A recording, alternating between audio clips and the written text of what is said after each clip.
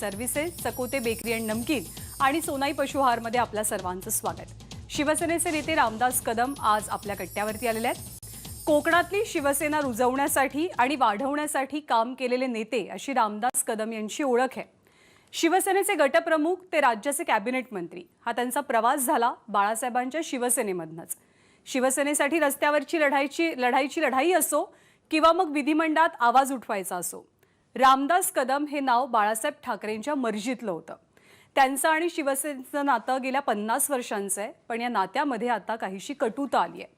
ज्या पक्षानं त्यांना भरभरून दिलं आणि त्यांनी ज्या पक्षावरती तितकंच भरभरून प्रेम केलं, त्या शिवसेनेच्या आजच्या नेतृत्वावरती मात्र ते नाराज आहेत। ही नाराजी का आहे, असं नेमकं काय झालं की रामदास कदमांना बंड करावं लागलं आणि आता या बंडाचं भविष्य काय, याविषयी आपण त्यांच्याशी संवाद साधूया। नमस्कार, आपलं स्वागत आहे माझ्या कट्ट्यावरती। भाई, तुमची अस्वस्थता, तुमची नाराजी गेल्या काही दिवसांमध्ये ज्या मुलाखती तुम्ही दिल्यात त्याच्यातून आली आणि त्याबद्दलची चर्चा होताना तुमच्या डोळ्यातले अश्रू प्रत्येक मुलाखतीमध्ये जे झळकले त्याचीही चर्चा बरीच झाली। काही जणांनी त्याच्याबद्दल ही की हे हुकमी आसू कसे काय डोळ्यात आणतात दर मुलाखतीमध्ये असाही प्रश्न केला। तुमची जवळपास 50-52 वर्षांची शिवसेनेची साथ आहे। आता या टप्प्यावर ज्या पक्षानं तुम्हाला इतकं सगळं दिलं, तर आता असं काय आहे उरलेलं की ज्याच्यासाठी तुम्हाला बाहेर पडून त्या पक्षाच्या विषयी, त्या पक्षाच्या नेतृत्वाविषयी प्रश्न विचारावेसे वाटतात? सगळं दिलं म्हणजे नेमकं काय गेलं? तुमचं सगळं राजकारण त्या पक्षामध्ये झालं ना, पण इतकं सगळं दिलं म्हणजे नेमकं काय दिलं? तुम्हाला आमदारकी दिली, तुम्हाला आमदार, तुम्ही काय? मी आपल्याला सांगतो, मी आमदार कसा झालो होतो। 90 सालामध्ये माझ्यासमोर जो उमेदवार होता त्याच्यासोबत दाऊद उघडपणे काम करत होता। दाऊद त्यावेळेला वॉन्टेड नव्हता। माझ्या मतदारसंघामध्ये दाऊदचं गाव आहे आणि दाऊद उघडपणे माझ्या विरोधात काम करत होता। माझ्या ठिकाणी अन्य कोण असता तो आपला जीव सांभाळून पळून गेला असता, तिथे थांबला नसता। ही कोणत्या सालची गोष्ट आहे? 90 सालची। भाई, केशवराव भोसलेंच्या त्या लढाईत शिवसैनिकांनी पण तुम्हाला साथ दिली। मुंबईतनं शिवसैनिक गेले होते आणि ती शिवसैनिक पण आज शिवसेनेत, मूळ शिवसेनेत आहेत। ऐका ना, मी सांगतो ना मला साथ दिली ना त्यावेळेला। हा, मग ते शिवसैनिक अजून शिवसेनेत नाही, मुंबईतून सगळे नाही, कांदिवलीतून गेले होते। आज कांदिवली मुंबईतच आहे ना, कांदिवलीतून गेले होते आणि मी तिथे शाखाप्रमुख होतो। बाकीच्यांना सक्त वारणी दिली होती, कोणी जायचं नाही। मी शाखाप्रमुख तिथे होतो कांदिवलीचा, म्हणून माझ्या शाखेमध्ये जे शिवसैनिक होते ते माझ्यासोबत आले होते त्यावेळेला। पण ती लढाई मी कशी जिंकली माझं मला माहिती आहे ना। सर्वसामान्य तिकीट दिली म्हणून निवडून आला असं नाही ना, ते असं नाही ना। पण भाई, बऱ्याच जणांना कदाचित त्या इलेक्शन बद्दल माहिती नसेल। 90ची इलेक्शन काय होती? ती इलेक्शन काय झालं होतं? त्या इलेक्शनमध्ये केशवराव भोसले माझ्यासमोर उभे होते आणि दाऊद त्यावेळेला वॉन्टेड नव्हता। दाऊद 93ला वॉन्टेड झाला बॉम्बस्फोट नंतर। तेव्हा दाऊद उघडपणे माझ्यासमोर त्यांनी लढाई केली। त्याच्या गावामध्ये माझी गाडी जाळली गेली, माझ्या लोकांना बांधून मारलं गेलं। त्यावेळेला जवळजवळ झाली असतं लढाई, ती निवडणूक झाली असती बाजूला, 1000-2000 लोक मेले असते त्यावेळेला। असं वास्तव होतं। आणि तुम्ही म्हणता मुंबई नाही, जे माझे जे ओळखीचे लोक होते ते कल्याणमधून आले होते, डोंबिवलीतून आले होते, नाशिकमधून आले होते, नागपाडामधून आले होते, जे माझ्या ओळखीचे होते। काही लोकांचा पक्षाचा पण काय संबंध नव्हता, हे तुम्हाला सांगतो मी। अगदी लांब कसं जावं, मला बाहेर टाकून पण तेव्हा मदत केली होती, ते लपून ठेवत नाही मी, बिलकुल। आणि म्हणून रामदास कदम म्हणून त्यावेळेला मी 90ला आमदार झालो। एक गोष्ट तुम्हाला पुन्हा मुद्दाम सांगतोय।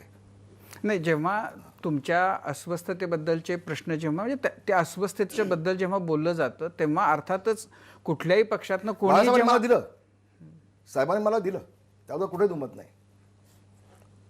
फक्त उद्धवजींना एकदा विचारून घ्या, कधी इथं कट्ट्यावर आले भेटले तर। 95ला आपली सत्ता आल्यानंतर साहेबांच्या मनामध्ये असून मी मंत्री का झालो नाही? का नाही झाला?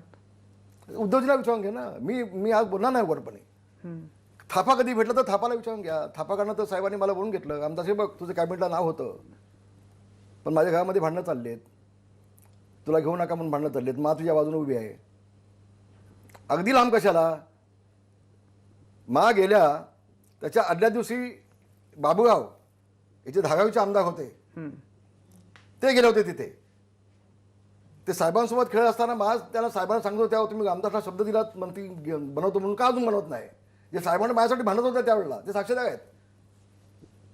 मा गेल्या जेव्हा आम्ही स्मशानभूमीमध्ये होतो त्यावेळेला बाबूराव माझ्या बाजूला होते. मला म्हटलं कालच आम्ही गेलो होतो आणि भाई तुमच्यासाठी तर भांडत होते बस साहेबांकडे. पण म्हणजे फक्त मी राज ठाकरेंसोबत होतो म्हणून. नाही, पण तुमचं असं म्हणणं आहे की बाळासाहेबांची इच्छा होती, मासाहेबांची इच्छा होती, पण फक्त त्यांना मी राज ठाकरेंसोबत होतो म्हणून. बाकी मला अधिक बोलायचं नाही. काय गोष्टी मी आज सगळ्या इथे बोलणार नाही. तुम्हाला हे सांगतो मी आज योग्य वेळी बोलेन. फक्त मी राज ठाकरेंच्या सोबत होतो. कदाचित राज ठाकरेंच्या सोबतच्या माणसाला नाही घ्यायचं अशी काही लोकांची भूमिका असावी. पण म्हणजे ती बाळासाहेबांची पण साहेबांनी मला शब्द दिला होता, रामदास तुला मी मंत्रिमंडळामध्ये घेणार. पण असं की पण म्हणजे बाळासाहेबांचं चालत नव्हतं त्यावेळेला. बाळासाहेबांची जर इच्छा होती तर बाळासाहेब सहज करू शकले मला असते. साहेब असे म्हटले की रामदास तुझ्यासाठी माझ्या आपल्या घरामध्ये भांडणं चालली आहेत. मी साहेब म्हटलं साहेब माझ्यासाठी जर भांडणं होत असतील मी थांबतो. मला म्हटले तू मला जर मोठेपणा दाखवत असेल मी तुला मंत्रिमंडळामध्ये घेणार. मी तिथून आलो, माझ्या मुलांना घेतली आणि महाबळेश्वरला गेलो आणि मंत्रिमंडळाचा विस्तार मी त्यावेळेला बघत होतो 95 मध्ये. मला साहेबांनी डावी मागवली, दाखवली, हे बघ तुझं नाव आहे, बघ कॅबिनेटला तुझं नाव होते बघ.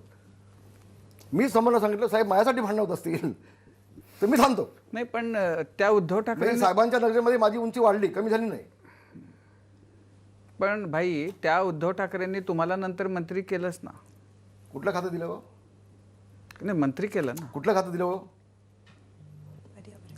पर्यावरण जे खातच कधी नव्हतं. विधानसभेचा विरोधी पक्षनेता म्हणून काम केलेल्या माणसाला तुम्ही कुठे जबाबदारी देताय?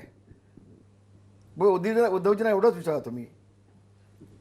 तुम्ही महामंडळ रावतींना त्यांचं दिलं, सुभाष देसाईंना त्यांचं महामंडळ दिलं. मला प्रदूषण महामंडळ द्यायला तयारच नाही कोण. एकदा मी गागाने गेलो देवेंद्र फडणवीसच्या कॅबिनमध्ये, उघडलाने गेलो आतमध्ये, म्हटलं काय लावलेस तू? मला का माझं महामंडळ देत नाही? मला काम करायचं आहे, प्लास्टिक बंदी सगळ्या गोष्टी मला करायच्या आहेत. मला म्हटलं आमदार भाई मला सोडू नका, आतमध्ये या. मग आतमध्ये घेऊन मला देवेंद्रनी सांगितलं, फडणवीस साहेबांनी, की आमदारजी उद्धवजींचा फोन होता की तुम्हाला महामंडळ देऊ नका. उद्धवजींचा फोन जो आला मी ताबडतोब महामंडळ तुम्हाला देतो. मी आज पहिल्यांदा गोष्टी बोलतोय, पहिल्यांदा बोलतोय माझा खट्ट्यावरती. मग मी उद्धव साहेबांना गेलो. अहो साहेब ते देवेंद्र म्हणतोय की ते देवेंद्रजी म्हणतोय की महामंडळ तुम्ही द्या. हो म्हणे, मी सांगितलं महामंडळ देऊ नका आणि तुम्हाला ते मिळणार नाही. ठीक आहे. तुम्ही विचारलं नाही का म्हणून? नाही विचारलं. का? पक्षप्रमुख आहेत, नाही विचारलं. एक शिस्त आहे पक्षाची, मी पाळली. पण म्हणजे तुमच्या मनातली जी खतखत आहे ती 95 पासूनच आहे की तुम्हाला जेव्हा माझ्या मनात नाही. मी तर झोकूनच काम केलं.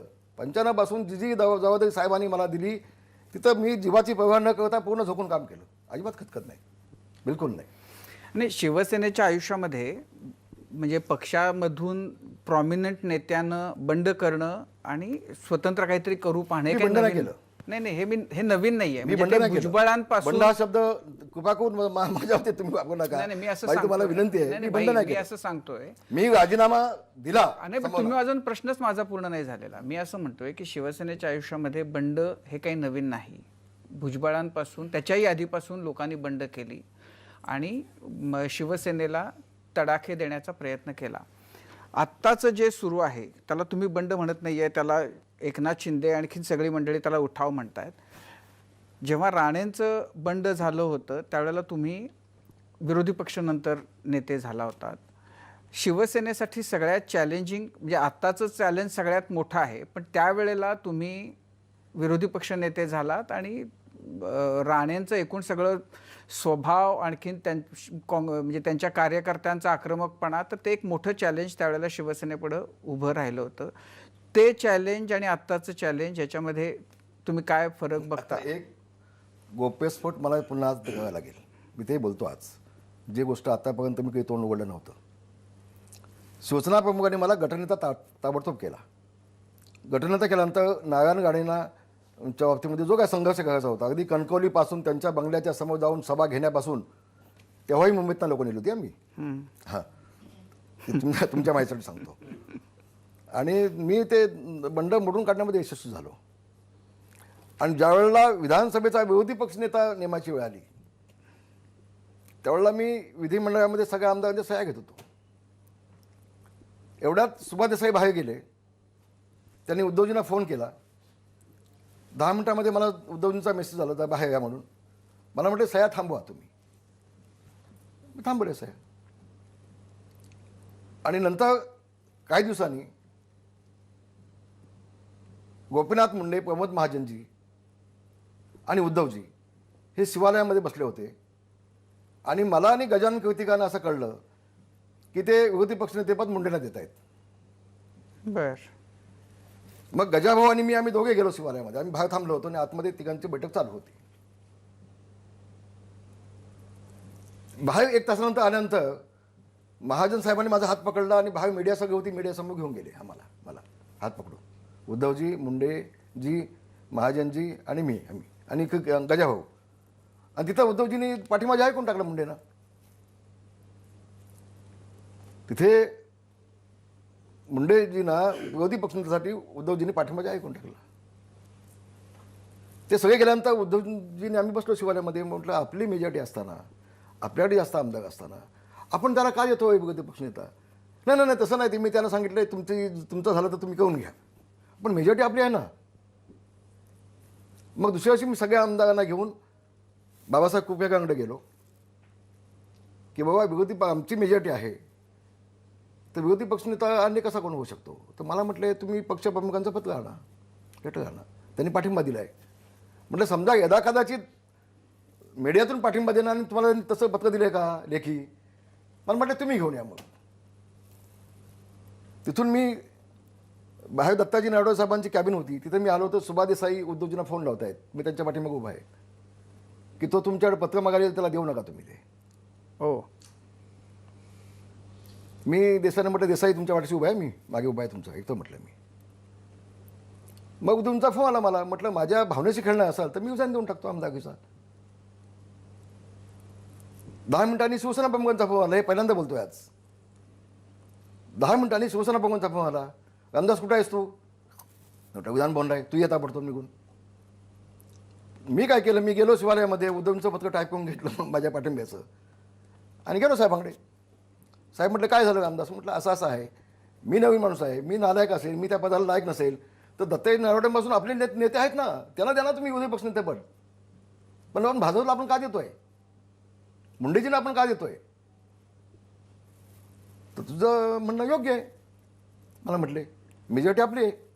मी सगळे ते अध्यक्ष लायब्ररीमध्ये बसून आतापर्यंत विरोधी पक्षाचे निर्णय कसे कसे झाले होते ते सगळं काढून साहेबांना दाखवलं. साहेब म्हटलं असं आहे, याच्या आधीचे असे निर्णय आहेत. मला म्हटलं ते दादू तिकडे आहेत त्या क्लबमध्ये बाहेर, त्यांना जाऊन सांग आणि सही घे. मी गेलो. मीटिंग चालू होती जिल्हा प्रमुखांची. मी बाजूला घेतलं, बोलायचं आहे. म्हटलं मला सही हवी हे पत्रावरती तुमची. तर मला म्हटलं मी नाही देणार. म्हटलं ठीक आहे साहेबांनी. नाही मग साहेबांना चला. म्हटलं चला साहेबांकडे. मग साहेबांकडे गेलो. मग साहेब मला म्हटले रामदास जे मला तू सांगितलं ते पुन्हा एकदा सांग. पुन्हा सगळं सांगितलं. मग साहेब म्हटले सही कर. उद्धवजींना म्हटलं याच्यावरती पत्रावरती. उद्धवजींनी सही केली. मग माझ्या हातात द्यायला लागले. मला म्हटलं साहेब म्हटलं असं नको, ते हळद कुंकूला आतमध्ये जा आणि त्यांच्या हातात दे. मग ते पत्र माझ्या हातात गेलं. मग मी गेलो अध्यक्षांना घेऊन आणि नंतर मी उद्यापासून झालो. हे वास्तव आहे. हे वास्तव आहे. आता इथं मुंबईच्या शिवसेनेचा काय संबंध नाही ना. हे तुमचे जे आहे ना, या गोष्टी पर्सनल आहेत, खूप खाजगी आहेत. पर्सनल नाही, पक्षाचे आहेत. पक्षाचे आहेत, खाजगी आहेत. खाजगी नाही.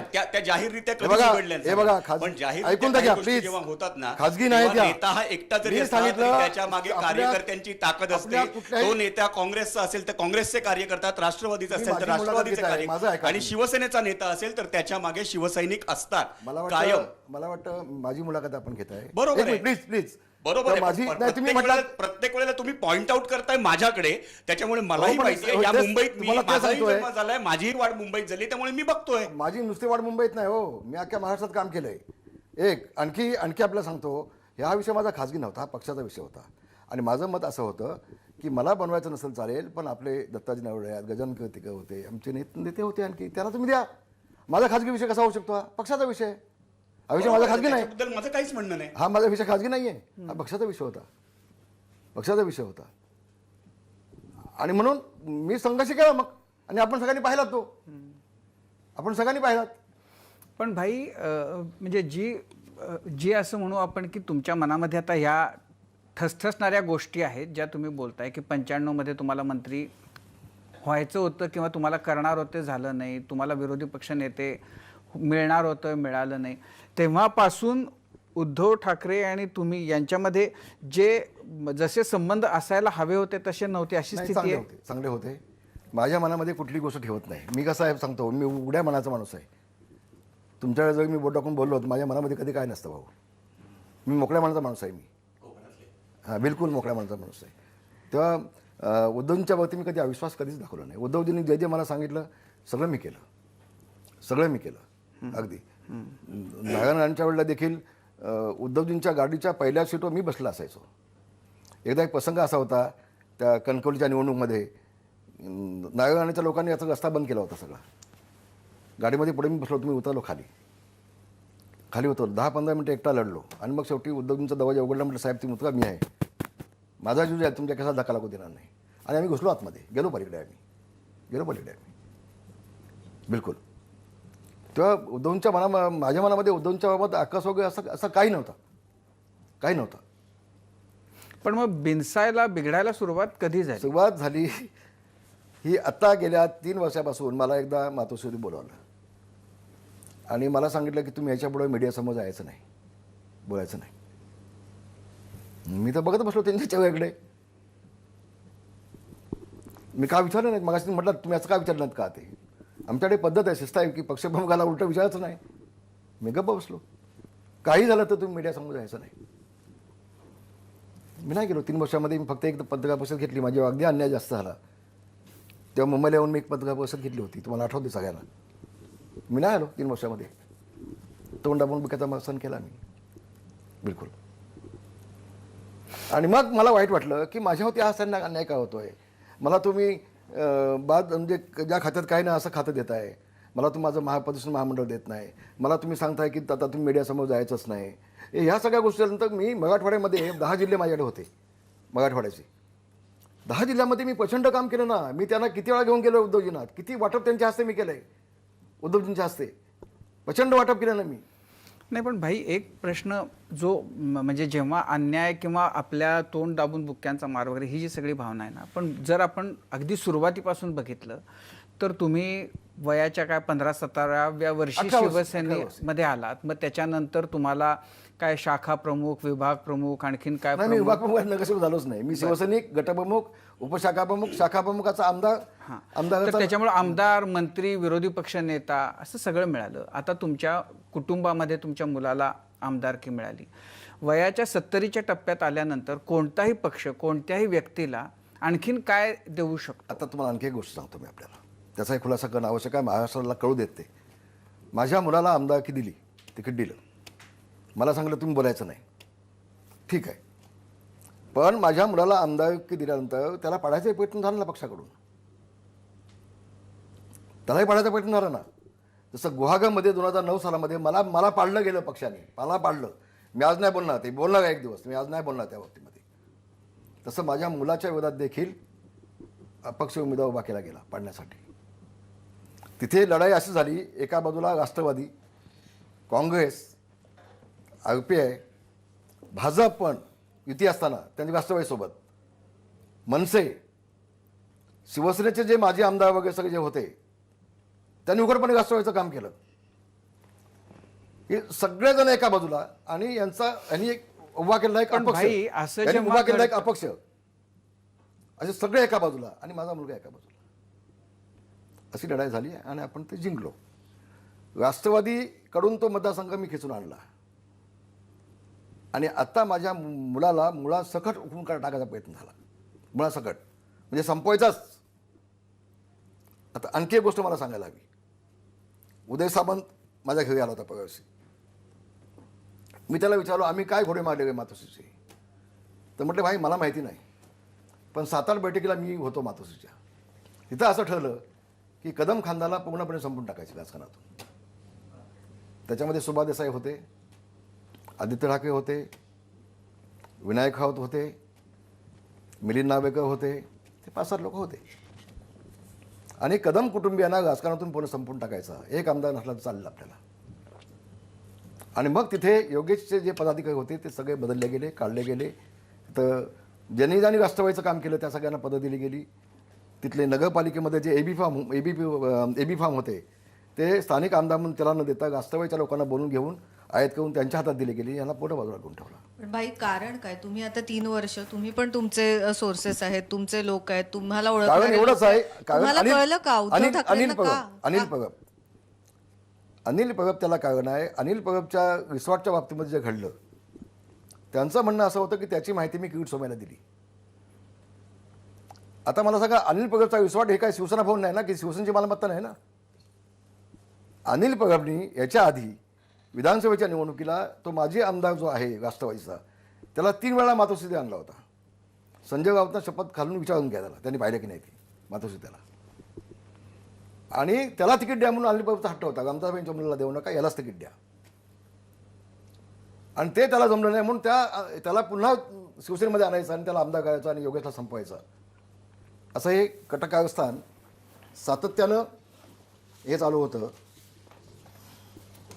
ते कसले कागद आहेत हे? नाही, हे सांगतो मला. बघ, आता ही किरीट सोमय्याला जी माहिती दिली, तो इजवान काझी म्हणून त्यांनी मुलाखत दिल्या बघा. तुमच्या IBP माझाला पण ते दाखवलं होतं.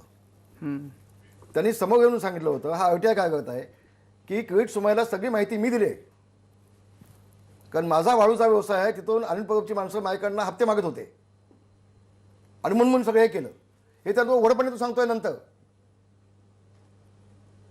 हे अनेक म्हणजे तुमचं म्हणणं असं बातम्या आहे आहेत. की तुम्ही अनिल परबांच्या बद्दल काही केलं नाही, मी जरी अनिल अगदी- परब तुमच्याबद्दल करत होते. आई तुळजाभवानी शपथ घेऊन सांगतो, बाळासाहेबांनी शपथ घेऊन सांगतो, माझ्या 3 मुलांची शपथ घेऊन सांगतो, आजपर्यंत किरीट सोमय्यावर मी कधी बोललो नाही, कधीच नाही, संबंध नाही माझे. नाही, पण तुमच्यावर आरोप पण हेतू पुरस्कार मला बदनाम करण्यासाठी अशा पद्धतीनं उद्धवजींचा मिसगाईड करून हे सगळं कटकारस्थान अनिल परबनी केलंय. नाही, पण तुम्ही किरीट सोमय्यांशी थेट बोलत नसलात तरी तुम्ही कोणाशी तरी बोलत होतात आणि ते किरीट सोमय्यांशी बोलत होते, हे आरोप आहेत ना. नाही ना, तो माणूस माझ्याकडे बोलत होता, पण तो कोण आहे? अगदी साधा माणूस आहे, एकदम साधाग्रस्त आहे तो, एकदम साधा आहे तो. असा कुठला राजकीय पातळीवर की असं काही नाही. एक ब्राह्मण समाजाचा साधा मुलगा अगदी तो गरीब बिचारा तो.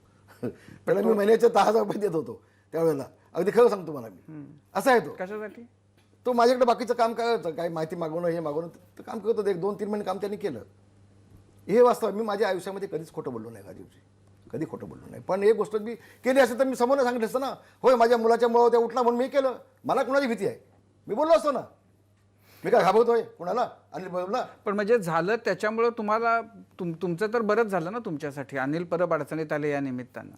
नाही, माझ्यासाठी चांगलं झालं नाही. कुणाचं वाईट व्हावं माझी अजिबात इच्छा नाही, तुम्हाला हे सांगतो मी उभ्या आयुष्यामध्ये मी कधी कुणाचं वाईट नाही केलं. कधी जर चांगलं होत नसेल तर मी वाईट पण कधी केलं नाही, कधीच नाही, बिलकुल नाही.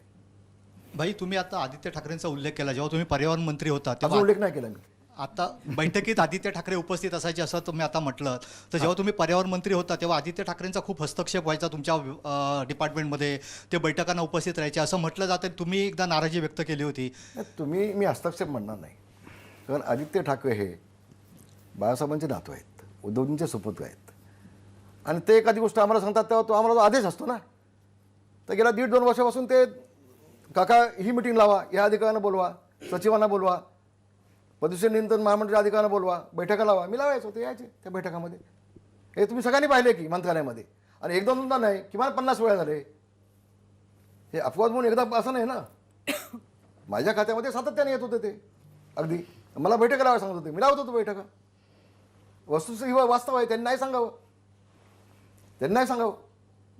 आता तुम्ही म्हणता की उद्धव ठाकरे तुमचं ऐकत नव्हते, पण 2014 मध्ये जेव्हा ऐकत भाजप नव्हते असं शिवसेना कधी अजून म्हटलं मी? भाजप शिवसेना जेव्हा युती, असं कधी म्हटलं मी अजून ऐकत नव्हते म्हणून? अजून बोलणार आहे मी, पण अजून बोललो नाही.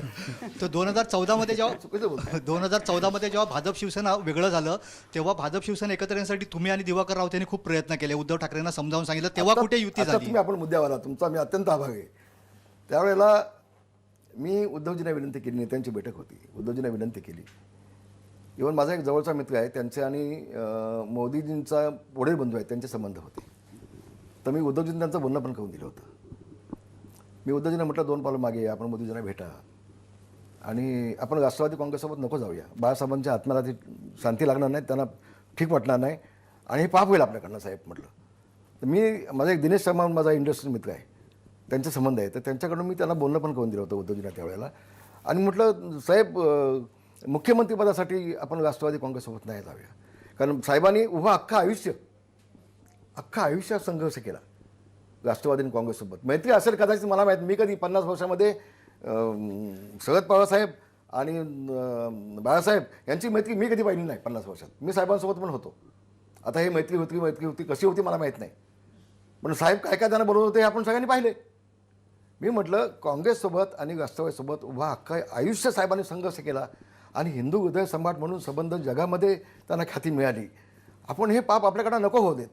मी सांगितलं, पण ते कधी मग त्यांना पटत नसेल ते हा पण बोलत नाही पण बोलत नाही. मग आपण समजायचं. ते बोललो आणि मी नमस्कार केला आणि निघून आलो मातोश्रीवरनं. त्या दिवसापासून आजपर्यंत मी मातोश्रीत कधी नाही गेलो. हे तुम्ही कोणत्या दिवसाचं सांगताय? हे ज्यावेळेला सरकार बनवत चाललो त्यावेळेला मी साधारण 2.5 वर्षाच्या आधी, नाही, माझा प्रश्न तोच होता 2.5 की वर्षाच्या आधी, भाई त्या दिवसापासून आजपर्यंत मी मातोश्रीत गेलेलो नाही. भाई माझा प्रश्न तोच होता की 2014 मध्ये तुम्ही यशस्वी झालात, तर 2019 मध्ये काय यशस्वी झाला नाहीत ह्या सगळ्या गोष्टीमध्ये?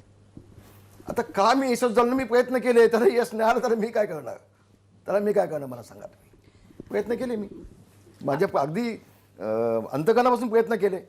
भांडणं होती ना, भाजपची भांडणं होती. आम्ही म्हणत होतो आम्ही आमच्या राजाने मिक्सात घेऊन फिरलोय, आम्ही राजाने फेकून टाकतो, आम्ही बोलत होतो ना तेव्हा.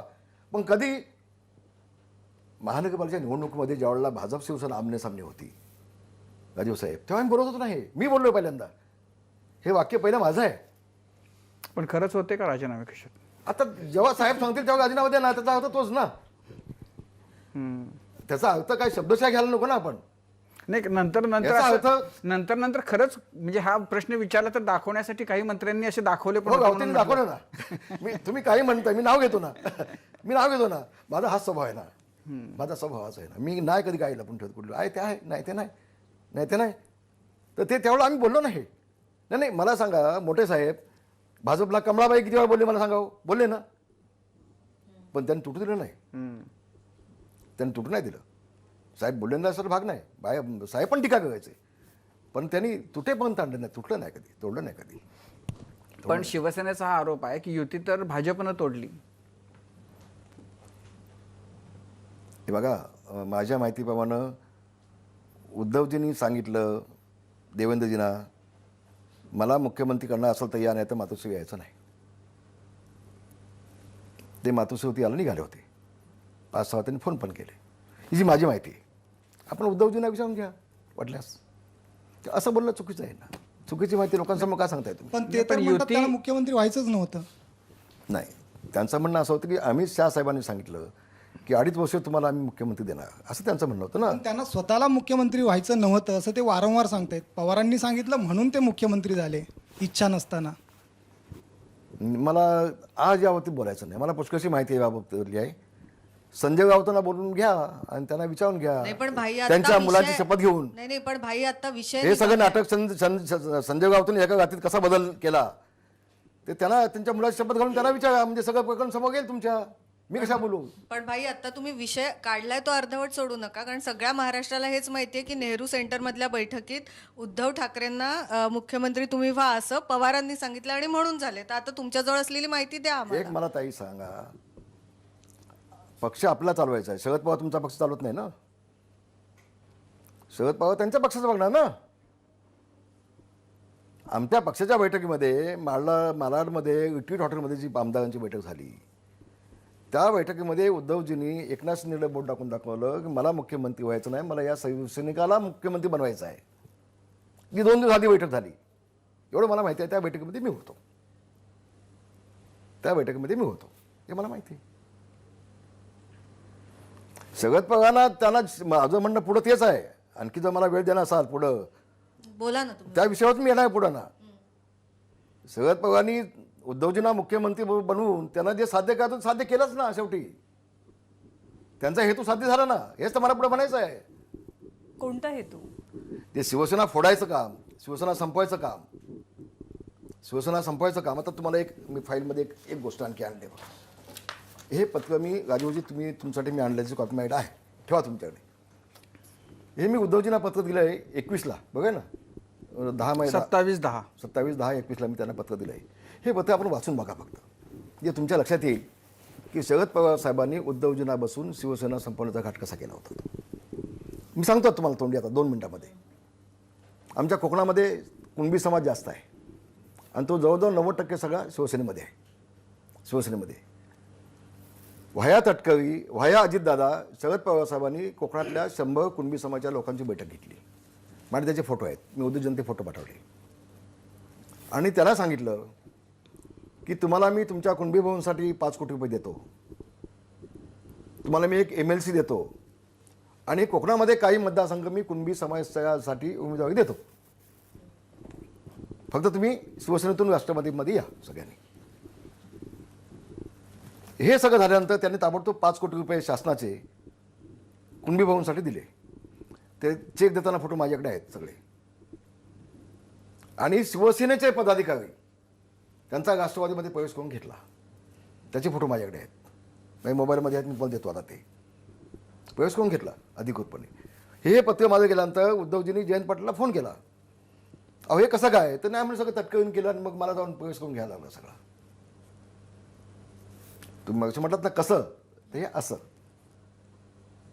उद्धवजींच्या लक्षात आणून देऊन देखील त्याच्यावरती कुठलीही कारवाई झाली नाही. सगळे लोक आमचे गेले पदाधिकारी काय राष्ट्रवादीमध्ये. पेजेस समिती, शामगाव पेजेस समितीला, महामंडळाला 50 कोटी रुपये दिले ताबडतोब शरद पवार साहेबांनी. कुणबी समाजाच्या 50 कोटी दिले. मुख्यमंत्री आमचे, पैसा शासनाचा, आणि शिवसेना फोडण्यासाठी 50 कोटी 5 कोटी शरद पवार साहेब वापरत आहेत. आहे की नाही गंमत मस्तपैकी, छानपैकी. कळलं तुम्हाला आता? आणि हा सुगण हा जयेंद्र समोर आहे, त्यात खोटं काही नाही, हे वास्तव आहे कोकणाचं. आणि मग तुम्हाला कुठल्या कुठल्या योजना मी देणार ते त्यांना त्या सभेमध्ये सांगितलं पवारसाहेबांनी. पण हे तुम्हाला दिसलं, हे इतर आमदारांना दिसलं, तुम्ही तुमच्या पक्षप्रमुखांच्या, मुख्यमंत्र्यांच्या ही गोष्ट लक्षात आणून दिली, मग त्यांना हे 2.5 वर्ष का नाही दिसलं? का त्यांना पाहायचं नव्हतं? अगं माझी आईशी माझी ताई, हेच तर माझं म्हणणं आहे ना. असं काय करतेस तू? हेच तर माझं म्हणणं आहे. आमचं दुःख म्हणून म्हटलं हे बंड नाही, म्हणून का म्हटलं मी हे बंड नाही, म्हणून तुम्हाला तुमच्या प्रश्नाचं उत्तर हे आहे, हे बंड नाही. हे काय आहे? हे हा उठाव आहे. उठाव आहे. संजय राऊत म्हणतात त्या उठाव मधला आणखी- ऊ म्हणजे उद्धव ठाकरेंचा ऊ आहे. आणखी एक सांगतो मला, माझ्या मुलाच्या मतदारसंघामध्ये हम्म. आता ग्रामीण भागामध्ये जेवढे राष्ट्रवादीचे माजी आमदार आहेत, जे राष्ट्रवादीला पाडून शिवसेनेचा आमदार तर निवडून आला आहे, अजितदादांनी तिथे प्रत्येक माजी आमदाराला कोट्यावधी रुपये दिले, राष्ट्रवादीच्या कोट्यावधी दिले. आणि शिवसेनेचा आमदार फक्त बघत बसला आहे. शिवसेनेच्या आमदारांना निधी नाही. राष्ट्रवादीमध्ये जो पडलेला आमदार आहे माजी आमदार, त्याला बोलावून अजितदादांनी पैसे द्यायला सुरुवात करून टाकली. पुढचा आमदार तू. म्हणजे मुख्यमंत्री आमचे, राष्ट्रवादी आणि शिवसेनेची युती काँग्रेसची, आणि शिवसेनेच्या आमदाराला पाडून तिथे राष्ट्रवादीच्या आपल्या आमदाराला निवडून आणून 100चा टार्गेट, 120चा टार्गेट ठेवला आणि त्यातले 100 निवडून आणायचे. अजितदादाचे जे प्लॅनिंग होतं त्याच्यामध्ये शिवसेनेचा, मी तुम्हाला दाव्यानं सांगेन राजीवजी, तुम्हाला जबाबदारीने बोलतोय मी, आणखी 2.5 वर्ष असेच गेले असते ना तर पुढच्या विधानसभेच्या निवडणुकीला शिवसेनेचे अर्धा पण आमदार निवडून नसते आले. मी अतिशय जबाबदारीने ताई बोलतोय. नाही, पण भाई या सगळ्यात एकच प्रश्न सगळ्या महाराष्ट्राला पडलाय की तुम्हाला हे तेव्हाही कळलं होतं, सगळे विरोधात होते, मग 27 नोव्हेंबर 28 नोव्हेंबर 2019ला आमदारांनी आज आता ज्याला तुम्ही उठाव म्हणताय ते केलं, ते का नाही केलं? तुम्ही तेव्हा का नाही विरोध मला एक केला? सांगा, सगळे तेव्हा तुम्ही काँग्रेस राष्ट्रवादी बरोबर सत्तेत सगळे गेले कशाला? आमदार कदम असतात का? पण तुमचा मुलगाही होता. निर्णय घेतला ना. आता मला ताई नाही पटलं, मी सांगितलं आणि बाहेर पडलो मी. सगळे आमदार आमदार कदम होऊ शकतात का ताई, मला सांगा तुम्ही. आता दुसरं आणखी तुम्हाला उदाहरण देतो माझ्या मुलाच्या मतदारसंघातले. हे बघा, हे अनिल परबची सही आहे. अनिल परब पालकमंत्री आमच्या जिल्ह्याचा. आणि हा आणखी मागे शासन निर्णय आहे अजितदादांचा. माझ्या मुलाच्या मतदारसंघामध्ये राष्ट्रवादीच्या माजी आमदाराला हा शासन निर्णय.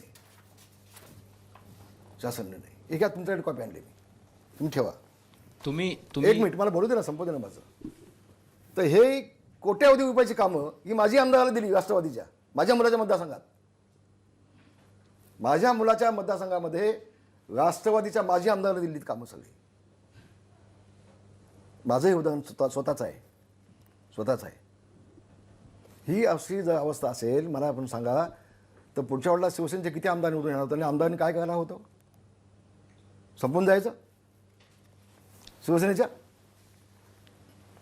आता बोला साहेब. शिवसेना आणि भाजपची सत्ता असताना सुद्धा मिशन 150 वगैरे अशी टार्गेट दिली जायची आणि आपला आपला पक्ष वाढवण्यासाठी प्रयत्न व्हायचे, जसे आत्ताच्या मवियाच्या काळात झाले तसे युतीच्या काळात पण होत होते.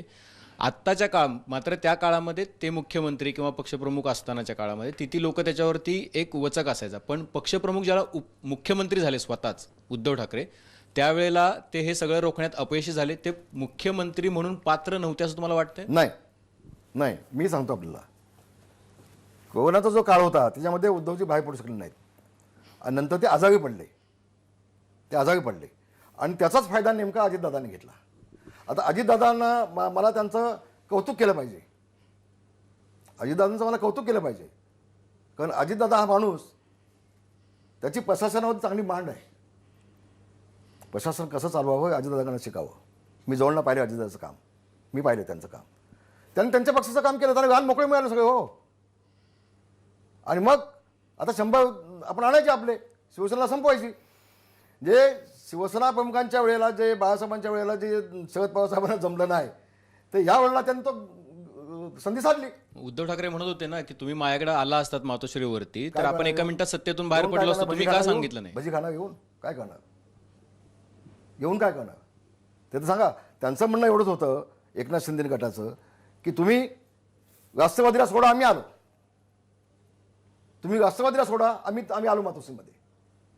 उद्धव ठाकरेंच्या मनात हा एक राग होता की त्यांच्यावरती, त्यांच्या कुटुंबावरती आदित्य ठाकरेंना वेगवेगळ्या केसेसमध्ये इम्प्लिकेट करायचा प्रयत्न केला, अत्यंत अश्लाघ्य टीका केली, बांद्र्याचा माफिया वगैरे अशा पद्धतीची टीका केली, किरीट सोमय्या असतील किंवा बाकीच्या लोकांनी ईडी लावली आणि तरी सुद्धा तुम्ही मला भाजपसोबत जायला का लावताय असं ते विचारताय. या गोष्टी आता झाल्या नाही, आम्ही टीका केल्या ना, आम्ही कमी बोललो काय? अहो, शिवाजी पार्कचं माझं भाषण आहे, काढून बघा. मी मोदींनी होते किती बोललो होते, जहाल बोललोय मी 1 तास. काढा माझं भाषण, चला. आम्ही कमी बोललो का? मग आम्ही बोललो ना. असं कसं म्हणताय तुम्ही? म्हणजे हे सगळं झाल्यानंतर जायला पाहिजे होतं असं तुमचं म्हणणं आहे? काय ते? हे सगळी टीका झाल्यानंतर पण एकत्र यायला काय हरकत टीका मी नव्हती? सांगतो ना, आम्ही टीका केल्या ना. आता संजय राऊत साहेब सकाळी उठल्यापासून झोपेपर्यंत फक्त मोदींच्या वतीच बोलत होते ना, ते तुम्हाला दिसत नव्हतं का? असं काय म्हणता तुम्ही? ते म्हणत होते की नाही, पक्षाची चालतं का? भूमिका आहे, ते म्हणत होते ती पक्षाची हे भूमिका दोन्ही म्हणून बोलत बाजून होते. होत होतं ना, एका बाजून होत नव्हतं ना. आता तुम्ही म्हणता की तुम्ही शिवसैनिक आहात, तुम्ही उठाव केलाय, तुम्ही सगळ्यांनी 40 जणांनी 50 जणांनी जो काही उठाव केलाय तो त्यात मी केलाय. नाही हो, मी आमदार नाही हो, असं काय करता? अहो, मी पण आमदार तुम्ही नाहीये, पक्षात भाऊ. तुम्ही मी आमदार तुम्ही नाहीये, नाहीये, पण मी तुमचा नेतेपदाचा मुलगा राजीनामा आहे. दिलाय. नेतेपदाचा राजीनामा तुम्ही परवा दिला. एकनाथ शिंदेना प्रश्न विचारा. तुम्ही परवा दिला, पण तुम्ही पक्षप्रमुखांना, तुम्ही अजूनही उद्धव ठाकरेंना पक्षाचे प्रमुख मानता का? उठाव केलेले लोक तरी मानतात का? तुमचा मुलगा त्यांनी येऊन सांगितलं का तुम्हाला अजूनही पक्षप्रमुख उद्धव ठाकरेच आहे? एक सांगतो, ज्या पद्धतीनं माझ्या मला मुळासकट राजकारणातून उठवायचा प्रयत्न केला, तरी देखील आज देखील माझं मत प्रामाणिक होतं की अजून उद्धवजींच्या नेतृत्वाखाली पक्ष एकत्र व्हावा अशी कालपर्यंत माझी भूमिका होती, पण आता बदलली. आता आदित्य ठाकरेंची मी जी सगळी स्टेटमेंट बघतोय ना, माझी बदलली कालपासून स्टेटमेंट. माझं मत बदललं कालपासून. होते माझे, मी बघाशी माझ्या मुलाखतीमध्ये बोललो होतो. पण एवढं झालं तरी मी गद्दारच म्हणणार आहे. कोण गद्दार हो? गद्दार हे उठाव, ही क्रांती अख्ख्या जगामध्ये पहिल्यांदा घडलं आहे. 33 देशांनी याची नोंद घेतली. उठसूट गद्दार आपण कोणाला म्हणतोय? मग बाळासाहेबांच्या विचाराशी गद्दारी आपण केली का? याचं आत्मपरीक्षण तुम्ही केलं पाहिजे ना. शिवसेना प्रमुखांच्या विचाराशी गद्दारी कोणी केली? मग त्याचं उत्तर मला कोण देईल का? बघा, मला सगळं बोलता येतं, मी नवीन माणूस नाहीये. आता निवडणूक आयोगात 8 तारखेपर्यंत उत्तर आहे तुमचं. मी नवीन माणूस नाही, मला सगळं बोलता येईल. बोललं पाहिजे तुम्ही. मला नाही बोलेन ना. अहो, सगळं आज कुठे बोलू मी? मला काय ते पुढच्या प्रश्न बाकी ठेवा. तुम्ही हळूहळू सगळे मागणं काढता एकदमच. आहे ना, मला पुष्कळ मसाला दिला की. पण पण त्याच्यामध्ये तुम्ही म्हणता मला भाई- एक सांगतो, मी निर्भीडपणे जगलोय, स्वच्छपणे जगलोय. भाई आता एकच प्रश्न शेवटचा असा विचारायचा मला की तुम्ही आता म्हणताय की हे उठाव झाला, आम्हाला काय आमची इच्छा होती, पण आता तुमचं मत बदललंय. 8 तारखेपर्यंत आता शिवसेनेला आणि शिंदे गटाला आपलं म्हणणं मांडायचं की नेमकं पक्षाचं चिन्ह आणि पक्ष कोणाच्या ताब्यात जाणार हे त्यावेळेला ठरणार आहे. तर उद्धव ठाकरेंकडून शिवसेना काढून घेण्याचं किंवा चिन्ह किंवा पक्ष काढून घेण्याची पूर्ण तयारी आता शिंदे गटानं आणि ह्या उठाव केलेल्या लोकांनी केली असं म्हणायचं? मी बोलू? तुमची परमिशन असेल तर बोलू का? बोलतो. मला ह्या घडामोडी झाल्यानंतर माझा मुलगा तेव्हा मातोश्रीवरती होता, वर्षा बंगल्यावरती होता, योगेशने सांगितलं माझ्या वडिलांना फोन लावा, त्यांना बोलवा अशा वेळेला. काय लोकांनी सांगितलं त्यांची गरज नाही आम्हाला. आले समानाचं स्वागत, ज्यांची अवकात नाही असे लोक, ठीक आहे. त्यानंतर शेवटच्या सणाला सगळे गुवाहाटीला पोहोचल्यानंतर मला फोन आले मातोश्रीतून. मी नाही फोन घेतले. मला संजय गावतांचे फोन आले, मी नाही घेतले. मग माझा मोठा मुलगा आहे सिद्धेश म्हणून, तो मला म्हटला, भाई तो बघून देसाईला बोलायचं आहे, तुम्ही माझ्या फोनवरती बोला ना, ते कॉन्फरन्सवरती घेतात ना ते. असं मग त्याच्या फोनवरती कॉन्फरन्सवरती वरून देसाईचा फोन आला, मी बोललो त्याच्याकडे. मी त्याला एवढंच म्हटलं की तुम्ही उद्धवजींना सांगा की राष्ट्रवादीला सोडा. मी एकनाथ शिंदेनी आमदारांना समजावून सांगतो, त्यांना मातोश्री आणण्याची माझी, मी त्यांना घेऊन येतो, फक्त तुम्ही राष्ट्रवादीला सोडा. पुन्हा संध्याकाळी मला फोन आला बघून स्वदेशाचा की नाही, तशी त्यांची मानसिकता नाही आहे. म्हटलं बाबा पुन्हा मला फोन लावू नको प्लीज. तुम्ही मध्यस्थी करायला तयार होते. हो, प्रयत्न केला मी, एकनाथ शिंदे बोललो पण गुवाहाटीला. पण प्रश्न तो प्रश्न अर्धा राहिला की शिवसेना काढून आता तुम्ही घेण्याचा शेवटचा प्रश्न मगाशी बोललात ना, विषय होता म्हणून. शिवसेना तोच प्रश्न विचारला मी. नाही, शेवटचा शिवसेना प्रश्न उद्धव असं ठाकरे म्हटलं ना तुम्ही. शिवसेना म्हटलं ना, उद्धव शेवटचा ठाकरेंच्या प्रश्न हातातून विचारतो. काढून घेण्याचा प्लॅन पूर्ण झालाय का तुमचा? काय ते शिवसेना उद्धव ठाकरेंच्या हातातून काढून घेण्याचा पक्ष चिन्ह जे आहे ते हा काढून विषय- घेण्याचा प्लॅन हा- आहे का शिंदे गटाचा? ही बाब न्यायप्रविष्ट आहे. याच्यावरती मी एक शब्द देखील बोलणार नाही. कारण गंमत अशी आहे, माझ्या माहितीभावानं उद्धवजी राजीनामा देऊन राष्ट्रवादीला सोडायला तयार होते, पण शरद पवार साहेब मातोश्री पोचले, त्यांनी काय ते कानमंत्र दिला आणि मग आता न्यायालयाला आपण लढाई लढू असं ती स्ट्रॅटेजी पुन्हा झाली, अशी माझी माहिती आहे. किती सत्य आहे मला नेमकं माहीत नाही. आता प्रतिनिधी सभा जी आहे ती सभा ठरवते मुख्यतः की पक्षप्रमुख कोण असावे. तिथं सुद्धा फूट पाडण्याचा प्रयत्न चालू आहे आणि तसे प्रयत्न चालू असल्याचं कळतंय. तर कायदेशीर तुम्ही पण त्याच्यामध्ये लढाईमध्ये होता. कायदेशीर लढाईमध्ये प्रत्येक जण आपली बाजू बघणारच ना.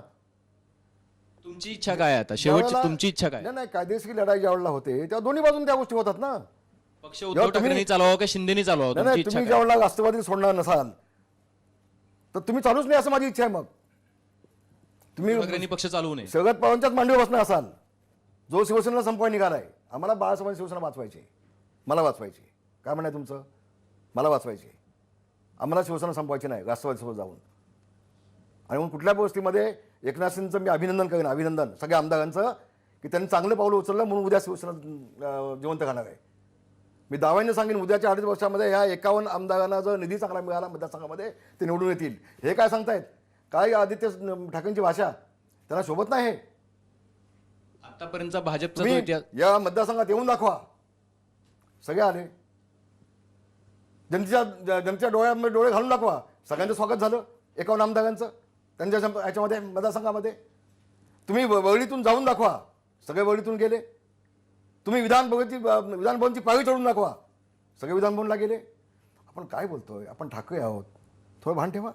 आपण वय काय, किती बोलतोय, आपण काय बोलतो, आणि बोले तसा चाले त्याची वंदावी पावले. मग बोललं जसं बोलाल तसं करून दाखवा. मग दाखवा ना. तर आपण किती बोलतोय, काय बोलतोय, थोडंसं भान ठेवा.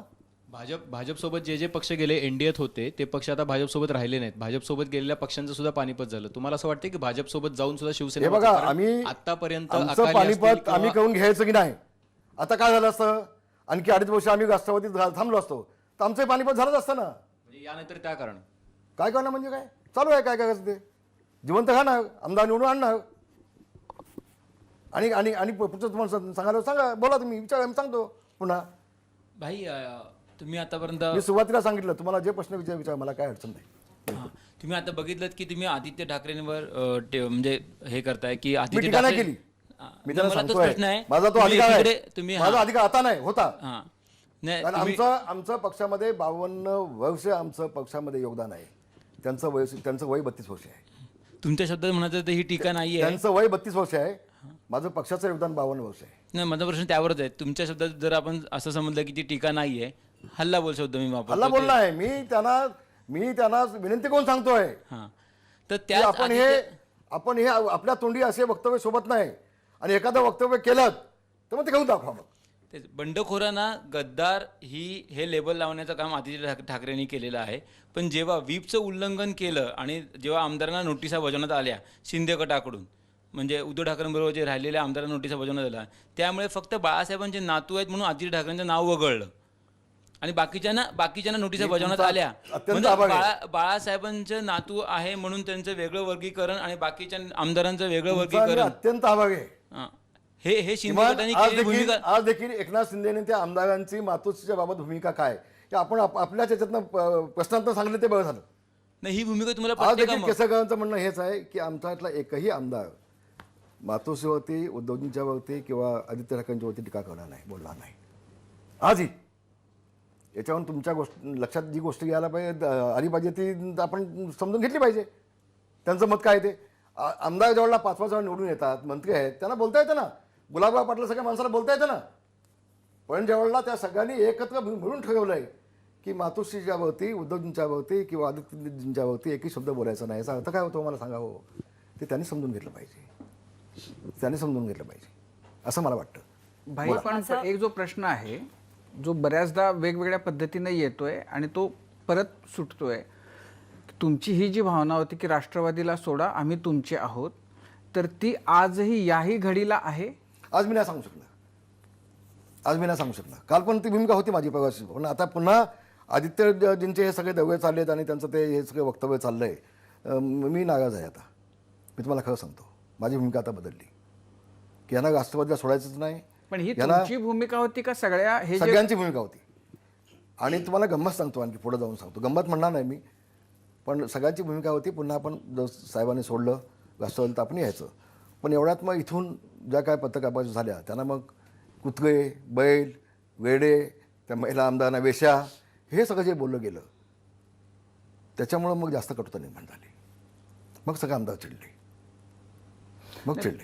पण असं होतं की जे चिडले, जे नाराज आहेत ते उद्धवजींच्या बद्दल, मातोश्री बद्दल नाही, जे आजूबाजूचे आहेत त्यांच्यावर. हो ना, मला संजय गावतांचा फोन आला होता ना. माझी प्रवासी पत्रकार परिषद झाल्यानंतर संजय गावतांचा मला फोन आला होता. मी त्यांना सांगितलं, अगं आता तरी तोंड बंद ठेवा तुमचं, बघा होतं काय, थांबा, बोललो ना त्यांना मी. माझा एक छोटासा प्रश्न आहे की आत्ता जी शिवसेनेची तुझं अण्णा कदम असल्यानंतर मोठा पण प्रश्न तुमच्या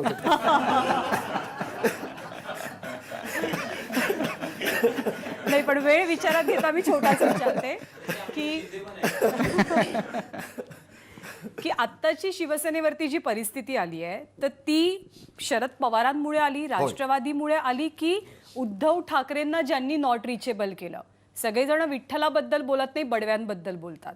तर ज्यांनी उद्धव ठाकरेंना नॉट रिचेबल केलं त्यांच्यामुळे आली. काय झालं बघा, मी सांगतो आपल्याला. मी उद्धवजींना अजूनही दोष द्यायला तयार नाही. त्यांचं ते मणक्याचा आजार होता, त्रास होता, ते 5-7 महिने बाहेर पडू शकले नाहीत. आणि त्यांच्या आजूबाजूला जी लोक होती, जे बाकीचे कोण पोहोचू शकत नव्हते, जे फक्त तिथं पोहोचू शकत होते, त्यांनी पूर्णपणे गैरसमज केला उद्धवजींचा. बाकी त्यांचा बघून कोण पोहोचू शकत नव्हते ना. आता ह्या सगळ्या मिटिंग झाल्या, उद्धव साहेबांनी मला सांगितलं, ते उद्धव साहेब ज्या हॉस्पिटलमध्ये ॲडमिट होते त्या हॉस्पिटलच्या खाली लॉबीमध्ये मिटिंग झाल्या. आणि एक जण कोणतं जाऊन होती उद्धव साहेबांना विचारून यायचा, हे असं असं चाललं का ताई? तुमच्या लक्षात आलं का कदमताई? तर ही सगळी मंडळी आजूबाजूची आहे. त्यामध्ये सुभा देसाई आमचा वाघ ना शिवसेनेचा, सुभा देसाई म्हणजे शिवसेनेचा वाघ. रामदास कदम, दिवाकर रावते आउट, सुभा देसाई इन. कशामध्ये? मंत्रिमंडळामध्ये. कारण तू वाघ आहे ना शिवसेनेचा, त्याच्यामुळे शिवसेना उभी आहे सगळी, नाही का? आता ताई आणखी कुठला प्रश्न असेल मोठा? नाही, मगाशी अभिजितने प्रश्न विचारला तर त्याचंच मला उत्तर हवं होतं की शिवसेना कुणाची मे बी निवडणूक आयोग ठरवेल. तुम्ही तुमच्या मते शिवसेना कुणाची, कोणती शिवसेना तुम्ही माझं मानता? मत आज इथं देणार नाही मी या बाबतीमध्ये. जोपर्यंत अधिकृतपणे न्यायालय निकाल लागत नाही तोपर्यंत या विषयावर मी काही बोलणार नाही. बाळासाहेबांना किती मिस करते ॲक्शन? बाळासाहेबांचं आता नाव घेतलं की डोळ्यातनं पाणी येतं. आणि मग काय लोक म्हणतात की हा माणूस मगदा सकाळ देत नाही, डोळ्यातनं पाणी काढतो. अरे मी उभं आयुष्य इतरांच्या डोळ्यातनं पाणी काढलेत, तुम्ही काय आम्हाला सांगताय? पक्षासाठी उभं आयुष्य इतरांच्या डोळ्यातनं मी पाणी काढलेत. मला अपवाद वगळता माझ्या डोळ्यातनं कधी पाणी निघालं नाहीत. आज वाईट एवढंच वाटलं म्हणून डोळ्यातनं पाणी निघालं होतं की 52 वर्ष ज्या मातोश्रीसाठी आम्ही खर्च केले, ती मातोश्री माझा हकारपट्टी करते. साहेब असते ना, मला फोन केला असता, रामदास इकडे, काय झालं बोल, काय केलं पाहिजे आपण, ही साहेबांची भूमिका असते. पण प्रत्येकाची हकालपट्टी, किती लोकांच्या हकालपट्ट्या करणार तुम्ही? 51 आमदारांच्या हकालपट्ट्या. आता 18 पैकी 12 खासदार गेले, सगळ्यांच्या हकालपट्ट्या. तर शेकडो नगरसेवक जात आहेत, सगळ्यांच्या हकालपट्ट्या. पंचायत समिती सभापती सगळे जात आहेत, सगळ्यांच्या हकालपट्ट्या. अरे कुणाच्या किती हकालपट्ट्या करणार? अशी गर्दी आता आदित्य ठाकरेंसोबत गर्दी दिसते. उद्या मी गेलो तर माझ्यासोबत पण दिसणार आहे. बघा तुम्ही, कळेल तुम्हाला. आम्ही काय अशीच गोष्ट काढल्यात सगळी पक्षामध्ये. पण ती हकालपट्ट्या काढून शेवटी राहणार किती लोक तुम्ही? या परिस्थितीत शिवसेना मुंबई महानगरपालिकेची निवडणूक जिंकेल, तुम्हाला काय वाटतं? हे बघा, मी काय माझा अण्णा दोषी नाही आणि मी काय भविष्य सांगणार नाही. त्याच्यामुळे मी आज कसं बोलू याच्यावरती? अजून घोडा मैदान थोडं लांब आहे, बोलू नंतर त्या विषयावर बोलू ना. भाई तुम्ही पण एका गोष्टीचं मला वाईट आहे वाटलं, ते सांगतो तुम्हाला. 25 वर्ष आमच्या हातामध्ये मुंबई महानगरपालिका आहे. 25 वर्षाआधी मुंबईमध्ये मराठी माणसाचा टक्का किती होता? मराठी माणसाच्या न्याय हक्कासाठी झगडणारी शिवसेना या घोषवाक्याने शिवसेना प्रमुख माननीय बाळासाहेब ठाकरे यांनी शिवसेनेला जन्म दिला. त्या घोषवाक्याने 25 वर्षाआधी या मुंबईमध्ये किती मराठी माणूस होता? आणि आज 25 वर्षानंतर फक्त 15% मराठी माणूस शिल्लक आहे मुंबईमध्ये. आम्ही त्यामध्ये मी पण आहे. आम्ही मराठी माणसासाठी काय केलं? मराठी माणूस मुंबईतनं बाहेर फेकला जाऊ नये म्हणून आम्ही काय केलं? याचं उत्तर ताई मला कोण देऊ शकणार नाही. पण भाई, आम्ही तुम्हाला विचारलं पाहिजे आणि तुम्ही आम्हाला ह्याचं उत्तर दिलं पाहिजे की तुम्ही काय केलं. समजने वालों को इशारा काफी होता है. कारण असं आहे की समजने वालों को इशारा काफी होता है. तुम्ही सगळेजण जर आम्ही म्हटलं त्यामध्ये सगळे आले ना. पण मग असं आहे की म्हणजे हे का झालं? आम्ही म्हटलं म्हणून ज्यांनी का झालं ते त्याला प्रश्न विचारा ना तुम्ही. असं मला तुम्ही आहात ना, असं आहे की तुम्ही त्याला काय आता- विचारताय? बाई, मी तुम्ही- 6-12 वर्ष मी मुंबई महानगर, तुम्ही काय विचारलं मला माहिती आहे, सांगतो ना. त्याचं उत्तर आधीच देतो. मी म्हटलं तुम्ही एक त्यातला घटक आहात. हो, मी त्याचं राजीव उत्तर- सरांनी बरोबर प्रश्न हो, विचारला. त्याचं- तुम्ही एक त्यातला घटक हो, आहात. पण तुम्ही म्हणून मी त्या आम्ही म्हटलं ना प्रश्नाचं नाही. उत्तर म्हणून मी आम्ही म्हटलं काय? मी असं बोट दाखवलं नाही कोणाकडे. मी असं कोणाकडे बोट नाही दाखवला. आम्ही म्हटलं ना. आम्ही शब्द आम्ही म्हणजे मी पण आलो ना. मी 12 वर्ष महानगरपालिकेचा सदस्य आहे. मी 4 वेळेला खेडमधून निवडून आलो विधानसभेवरती. 2 वेळेला मला विधान परिषद दिली. 32 वर्ष मी आमदार म्हणून काम केलं. पण 12 वर्ष महानगरपालिकेतून निवडून आल्यानंतर मला महानगरपालिकेच्या किती कार्यक्रमाला बोलवलं गेलं. कधी रामदास कदमनी मुंबई महानगरपालिकेच्या कामात हस्तक्षेप करायचा नाही. तो एक पिऊन उद्या कुठला कार्यक्रम असेल तर आदल्या दिवशी माझ्याकडे कार्ड घेऊन, ते निमंत्रण कार्ड घेऊन माझ्या घरी येऊन टेबलावर ठेवून जायचं. हे वास्तव आहे. पुढे मला बोलायला लावू नका प्लीज. आता तर समजलं आपल्याला. तुम्ही बोला. नाही, आता तर आपल्याला समजलं की मला नाही. प्रश्न विचारायचा होता म्हणून मी पुढे येत होतो. तुम्ही बोला. नाही, बोललो ना मी. सांगितलं ना. सांगितलं की मी. आणि काय बोलू? भाई, तुमची राज ठाकरेंच्या बरोबर तुमचे चांगले संबंध होते, आधी आहेत. मग राज ठाकरे म्हणजे आत्ता जी परिस्थिती आहे तेव्हा तुम्ही राज ठाकरे जेव्हा बाहेर पडले त्यावेळेला तुमची भूमिका. आता ऐका ना तुम्ही, ते चांगला प्रश्न विचारला तुम्ही. आपला अत्यंत आभार आहे. अगदी शेवटच्या क्षणापर्यंत आम्ही दोघे, मी आणि बाळा नांदगावकर, आम्ही दोघे होतो. कारण राज ठाकरेंसोबत मी आणि राज ठाकरे जवळचे आम्ही मित्र होतो, अगदी जवळचे. आणि अनेक वेळेला माझ्या खेडमध्ये आम्ही दोघे शिकायला पण जायचो. जसे आनंदी यांनी मी बसायचो बाजूला, तसे पण आम्ही दोघे बसायचो. बसायचं म्हणजे काही दारू पिण्यासाठी नाही, उगाच गैरसमज नको. पण इतक्या जवळचे आम्ही मित्र होतो. ज्यावेळेला राज ठाकरे निघाले त्यावेळेला मी माझ्या डोळ्यातनं पाणी तेव्हा पण आलं. मी सांगितलं आपण नका सोडू, आपण सोडू नका. मग ते पुण्याला गेले आणि मला निरोप दिला की तुम्ही पुण्याला आहे. म्हटलं मी नाही ना पुण्याला. बाळा नांदगावकर आणि मी मग मातोश्री आलो. मी उद्धवजींना म्हटलं की एकदा आम्ही प्रयत्न करून बघू का राज ठाकरेंसाठी. एकदा आम्ही प्रयत्न करून बघतो. त्याने हा म्हटलं. गेलो. नाही माझं मी यशस्वी झालो त्यामध्ये, पुन्हा आणण्यामध्ये. पण राज ठाकरे आणि मला असं वाटतं आहे की त्यावेळेला मी राज ठाकरेंच्या जवळ होतो म्हणून उद्धवजींच्या मनामध्ये खटकत होतं का, असा प्रश्न माझ्या मनामध्ये आज देखील आहे. त्यातला एक भाग म्हणून त्याला जोडूनच की आत्ता ही जी मंडळी बाहेर उठाव केलेली जी तुम्ही म्हणता, ही सगळी मंडळी आहेत. एकनाथ शिंदे, आनंद दिघे यांचं राज ठाकरेंशी चांगले संबंध होते, तुमचे त्यांच्याशी चांगले संबंध आता मी होते. 2 दिवस आधी माझं बोलणं झालं राज ठाकरेंसोबत. तर आता तुम्हाला अशी काही शक्यता दिसते का की राज ठाकरे आणि ही मंडळी यांचं जवळ येणं, एकत्र येणं? मला ते म्हटलेत, राज ठाकरे साहेब म्हटलेत मला की रामदासबाई माझ्याकडे चहा प्यायला या एक 7-8 दिवसामध्ये. तर बघू, मला तर मी विचार करून बघतो काय कोणाची अडचण नसेल. आता तर मोकळा आहे ना मी. तर तुम्हाला असं वाटतं की तर असं व्हावं? चहा प्यायला मी गेलो त्यांच्याकडे, तर त्यांच्या पोटात काय ते मी उठाव काढीन मी. पण तुमची इच्छा काय आहे? तुमच्या पोटात काय आहे जे आता ओठावर येणं आम्ही वाट बघतो? माझ्या पोटात असं आहे की त्यांनी आता माझ्यासोबतच थांबावं, असं आमची मैत्री कायमची अशी असावी आणि बाळासाहेबांच्या विचाराशी त्यांनी कायमचं असावं अशी माझी इच्छा आहे. म्हणजे शरद पवारांसोबत त्यांनी जाऊ नये अशी माझी इच्छा आहे. म्हणजे कुणी राज ठाकरे. म्हणजे तुमची अशी इच्छा आहे की मनसे आणि उठाववाले मंडळी यांनी एकत्र यावं. शरद पवार नाही, एकत्र येऊ म्हणजे पक्षामध्ये नाही. मी तुम्हाला आज सांगतो माझा मुलगा आज एकनाथ शिंदे सोबत आहे, पण तो कुठल्याही पक्षात जाणार नाही.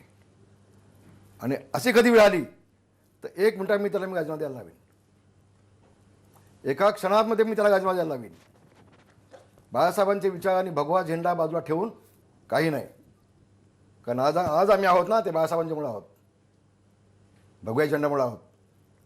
अजिबात बेमान नाही. अशी वेळ आली तर 1 मिनिटात मी माझ्या मुलाचा राजीनामा घेईन, घरी बसवेन मी.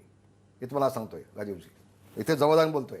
भाई, तुम्ही आता राज ठाकरेंची तुमची मैत्री आहे असं सांगितलं, पण त्याच राज ठाकरेंचा जेव्हा पक्ष आला तेव्हा त्यांची पहिली सत्ता खेडमध्ये आली. त्याच्या मागे ती तुमची मैत्री आहे आणि अजूनही खेडमध्ये जर बघितलं तर मनसे तुमच्या बरोबरी नाही. पहिली सत्ता नाही आली.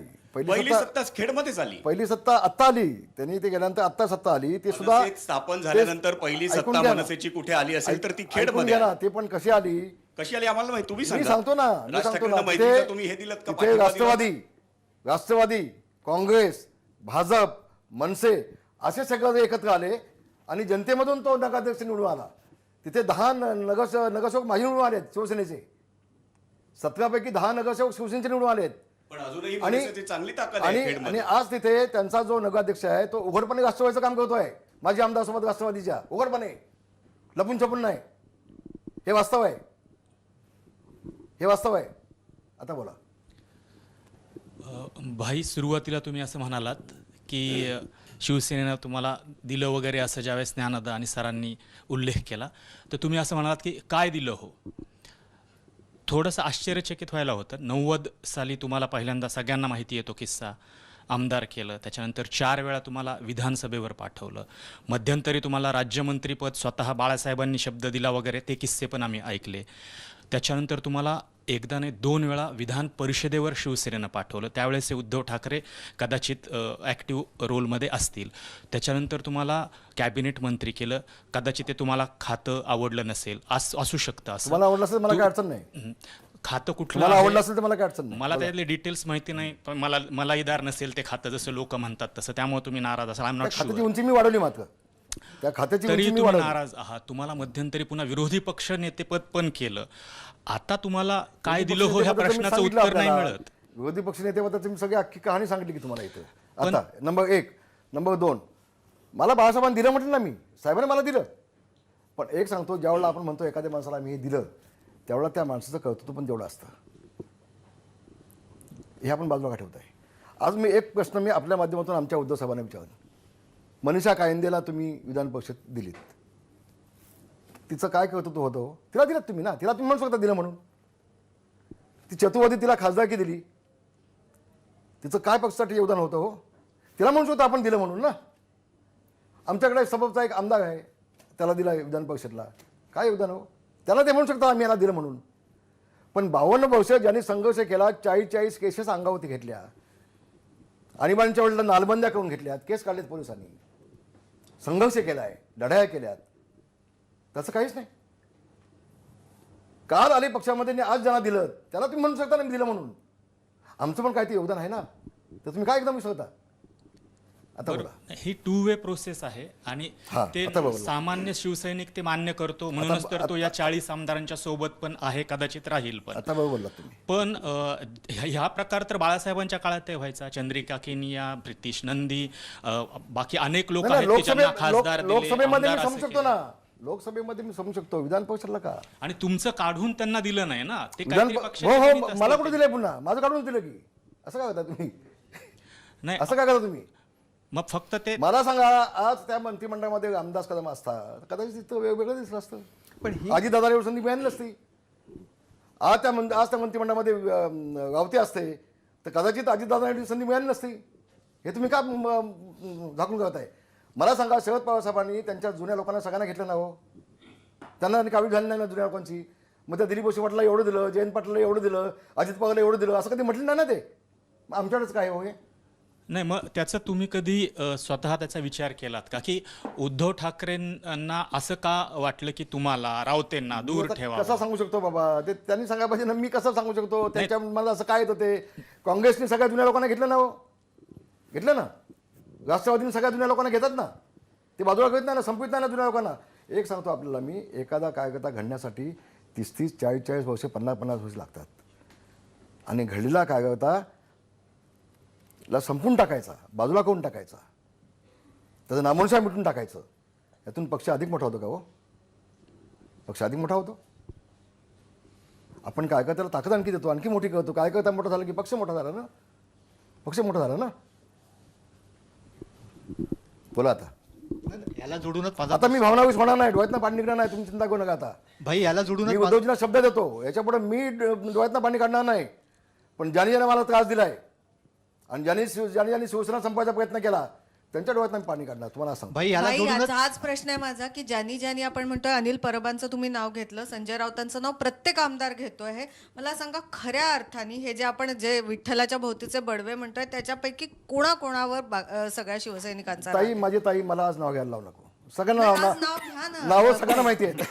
नावं आमची इच्छा आहे, नावं तुम्ही नावं नावं तुम्हीच घ्या. घेताय, नावं तुम्हीच घेताय, फक्त माझ्या तोंडातून तुम्हाला ती काढायची आहेत. आम्हाला पण मी जाणून नाही, घ्यायचंय ना, मी भाई, सांगा ना, मी कोण तेवढा कोण कच्चा आहे? मी तेवढा कच्चा खिलाडी नाही हो बाबा. मी तेवढा कच्चा खिलाडी नाही.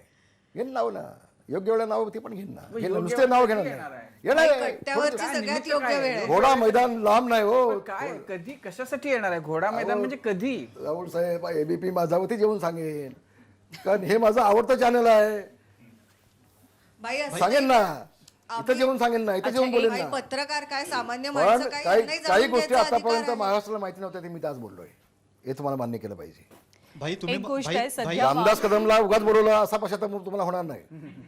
माझं कट्ट्यावरती. भाई तुम्ही म्हणताय की पक्षाने जुन्या लोकांना घ्यायला पाहिजे, पण नवीन नेतृत्व पण तयार व्हायला पाहिजे ना, नवीन तरुणांना म्हटलं संधी आम्ही? दिली पाहिजे. कुठं नाही पण- मग त्यावेळेला जे जुने असतात त्यांना बाजूला ठेवायलाच पाहिजे. हो, मग सुभाष देसाई चालतात का तुम्हाला? त्याचं उत्तर द्या ना मला. मग तुम्हाला ठेवा बाजूला, संपूर्ण टाका सगळं. भाई भाई हो, जुनं नाव पण तुम्ही घेऊ शकता ना. भाई तुम्हाला जास्त आता तुम्ही अपक्ष 5-5, 6-6 आमदार घेताय आणि त्यांना मंत्री बनवताय. पक्ष वाढणार का तुमचा त्यांनी? भाई त्यांनी पक्ष वाढणार तुमचा?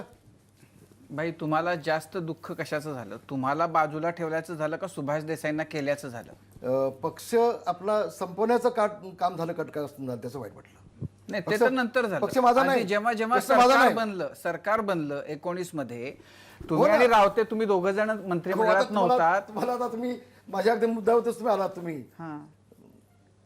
एकदा आम्ही शिवसेना भवनला बसलो होतो. मी उद्धवजींना म्हटलं, उद्धवजी 1 मिनिट आपण आतमध्ये या.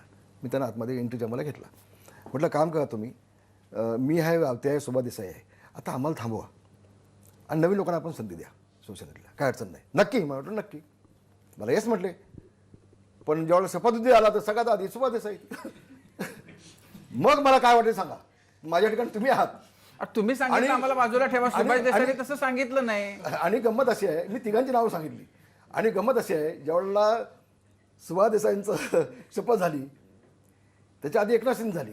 एकनाथ शिंदेला तुफान टाळ्या पडल्या. सुभाष देसाईंचं नाव घेतलं तर एक टाळी पडली का हो? एक. काढा तुम्ही क्लिप, चला. म्हणजे जनमानसामध्ये त्यांचं काय मत आहे हे मी सांगायला नको ना वेगळं, हे मी वेगळं सांगायला नको ना. एक टाळी पडली ना, एक. अजिबात सगळं स्मशान शांतता अशी, जसं काय ते मोठं तुफान आलंय. हे या गोष्टी थोड्याशा पक्षाने पाहिल्या असत्या तर बरं झालं असतं असं मला म्हणजे वाटतं. तुम्हाला अशी इच्छा होती की तुम्हाला बसवावं, त्यांनाही बसवावं, त्यांना किंवा बसवावं नाही. किंवा तिघांनाही बसू नये. अच्छा, एक खूप आता सध्या गंभीर विषय सुरू आहे की थेट उद्धव ठाकरेंवर आरोप केले शिंदे गटाच्या काही आमदारांनी की त्यांनी एकनाथ शिंदेंची हत्या होण्याची शक्यता असताना सुद्धा त्यांना सुरक्षा दिली नाही. तुम्ही खूप काळ काढलात उद्धव ठाकरेंसोबत, त्यांचा स्वभाव माहिती आहे, काम करण्याची पद्धत माहिती आहे, ते असं करू शकतात? एक सांगतो मला, मला जवळजवळ 15 वर्ष जेल सिक्युरिटी होती. मला थेट पाकिस्तानमधून देखील मला थेट आले होते साहेबांच्या नंतर, मोठ्या साहेबांच्या नंतर. माझी भाषणं मागची काढून घ्या म्हणजे तुमच्या लक्षात येईल. पण ज्या वेळेला शिवसेना भाजपची सत्ता आली तेव्हा माझी सिक्युरिटी काढून घेण्यात आली 14ला. आता मला पुढे काय बोलायचं नाही. आता शंभूराजे देसाईंनी सांगितलं हकीकत की ज्यावेळेला गडचिरोलीमधून नक्षलवाद्यांकडनं त्यांना मारण्याचा कट सिस्टम असं स्पष्ट आलं, तेव्हा त्यांना झेड सिक्युरिटी द्यावी असा ज्यावेळेला निर्णय झाला, त्यावेळेला उद्धवजींचा फोन त्यांना आला होता सकाळी 8 वाजता की शिंदेना सिक्युरिटी देऊ नका. असंच शिंदे यांचं म्हणणं शंभूराज आहे, देसाई. शंभूराज देसाईंचं म्हणणं आहे, माझं म्हणणं नाही ते. मी तो अनुभवलं आहे मी अनुभवलं आहे. मग तुमच्या वेळी सुद्धा फोन गेला होता? मला माहिती नाही, पण आमची सत्ता आल्यानंतर माझी सिक्युरिटी काढून घेतली. भाई, विधानसभेच्या निवडणुकीत युती होती, युतीला जनतेने बहुमताचा कौल दिला आणि त्यानंतर विसंवाद सगळा समोर यायला लागला भाजप आणि शिवसेनेमधला. आणि त्यात उद्धव ठाकरे असं म्हणाले की बाळासाहेबांच्या खोलीत भाजपने अमित शहानी शब्द दिला होता की 2.5 वर्ष म्हणजे सत्तेचं समान वाटप होईल, आणि ते झालं नाही. भाजपने शब्द पाळला नाही आणि त्यामुळे हा सगळा प्रकार घडला. आणि दुसरी गोष्ट म्हणजे शिवसैनिक मुख्यमंत्री पदावर बसावा हे बाळासाहेबांचं स्वप्न होतं आणि ते स्वप्न मी पूर्ण केलं असं उद्धव ठाकरे म्हणतात. तर हे सगळं घडलं कोणामुळे? या विसंवाद आला आणि त्यानंतर युती तुटण्याला जबाबदार कोण आहे? एक मी आपल्याला सांगतो, शिवसेना प्रमुख असताना महिन्यातून 7-8 मिटिंग तर नेत्यांच्या व्हायच्या. सगळ्या नेत्यांना बसवायचे, साहेब प्रत्येकाला विचारायचे तुमचं काय म्हणणं आहे, तुमचं काय म्हणणं आहे, तुमचं काय म्हणणं आहे, तुमचं काय म्हणणं आहे. प्रत्येकाला साहेब विचारायचे. किमान महिन्यातून कुठलाही विषय, अगदी महागाईचा विषय असला तरी आपण काय केलं पाहिजे, असं नेत्यांना ते विश्वासात घेऊन मग त्यांचा निर्णय शेवटी द्यायचा साहेब. पण साहेबांचं निधन झाल्यापासून उद्धव साहेबांनी कधी नेत्यांना बोलवलीच तर ते फक्त एकटेच बोलणार किंवा बोलवायचीच नाही. अजिबात हा विषय संपून टाकला, नेता विषय संपून टाकला. अनेक वेळेला पाहिलं कार्यक्रमात देखील नेत्यांना खाली बसणार, स्वतः एकटे जाणार, एकटे भाषण देणार. साहेबांनी असं कधी केलं नाही. साहेबांसोबत सगळे नेते बसायचे. शिवसेना प्रमुख होते त्यावेळेला माझं स्थान बसायचं उद्धवजींच्या बाजूला होतं. शिवसेना प्रमुख गेल्यानंतर मला मग 2 नंबर, 3 नंबर, 4 नंबर त्या खुर्चीवरती माझं नाव टाकायचं, चिटकवायचं सगळ्यांची नावं आणि मला बसवायचं. हे मला सगळं कळत होतं ताई. मी कधी बोललो नाही, कधी मी बोललो नाही. शिवसेना प्रमुख होते, तुम्ही सगळ्या काढून टाका क्लिप बघा मागच्या. साहेब होते तेवढे सगळे वर्ष मी शिवाजी पार्कला माझी भाषणं झाली. साहेब गेल्यानंतर माझी भाषणं बंद केली, सगळी माझी भाषणं बंद केली. हळू मला असं साईड ट्रॅक केलं. मला कळत होतं ते. मी पण पोलीस शिपाईचा मुलगा आहे हो, सगळं कळत होतं. पण मी कधी बोललो नाही, हे वास्तव आहे. तेव्हा तुम्ही तुमच्या बंद खोलीत काय झालं ती चर्चा झाल्यानंतर तुम्ही भाग येऊन जागे पत्रकार परिषदेत घेऊन दोघांनी सांगितलं असतं तर विषय संपला असता ना. आज ते म्हणतात आम्ही बोललो नाही, हे म्हणतात ते बोलले. मग जी शिवसेना प्रमुखांची भूमिका होती नेत्यांना घेऊन बैठक घ्यायची ती तुम्ही का मोडीत काढलीत? त्याचं उत्तर मला कोण देईल? आणि असं जर ठरलं होतं तर मग मोदीजी 4 वेळेला बोलले भाषणामध्ये की अगला मुख्यमंत्री महाराष्ट्र का भाजप का होगा. मग तुम्ही त्या स्टेजवरनं खाली तुम्ही याला निघून आला होतं जसं ठरलं होतं. तर मग मला आधी बोलायला लावू नका, मला उद्धवच्या विरोधात काय बोलायचं नाही. पण या गोष्टी आपण जे बोलतोय त्याचा ते अधोरेखित करण्यासाठी किंवा शिक्कामोर्तब करण्यासाठी आपण त्यावेळेलाच वेळेला दोघांनी भाग येऊन पेशला सांगितलं असतं, संपला असता विषय. भाई, थोडासा वेगळा प्रश्न. मग दूध का दूध पाणी का पाणी झालं असतं. कोण बोलतं खरं आणि कोण खोटं बोलतं हे सगळं झालं असतं. बोला. वेगळा म्हणजे कुठला? राजकारणाशीच आहे, पण राजकारणच थोडं ना? तुम्हाला म्हणजे माझ्या कुटुंबातलं काय नाही नाही. वेगळा म्हटलं म्हणून 5 दशकं तुमची राजकारणात गेली. आपण थोडंसं आताचं सगळं सध्याचं राजकारण थोडंसं बाजूला ठेवूया, पक्षाची विचारसरणी वगैरे बाजूला ठेवूया. जर तुम्हाला क्रम ठरवायचे दिले, ऑप्शन दिलं किंवा 4 रँकिंग द्यायचे ठरवले तर तुम्ही नेतृत्वाचं रँकिंग कसं ठरवाल? 4 ऑप्शन आहेत तुमच्यासमोर. एक आहे उद्धव ठाकरे, दुसरे एकनाथ शिंदे, तिसरं देवेंद्र फडणवीस, चौथं शरद पवार. मी काही मला बोलायचं नाही. मी लहान माणूस आहे, समजा तेवढी माझी कुवत नाही असं समजा.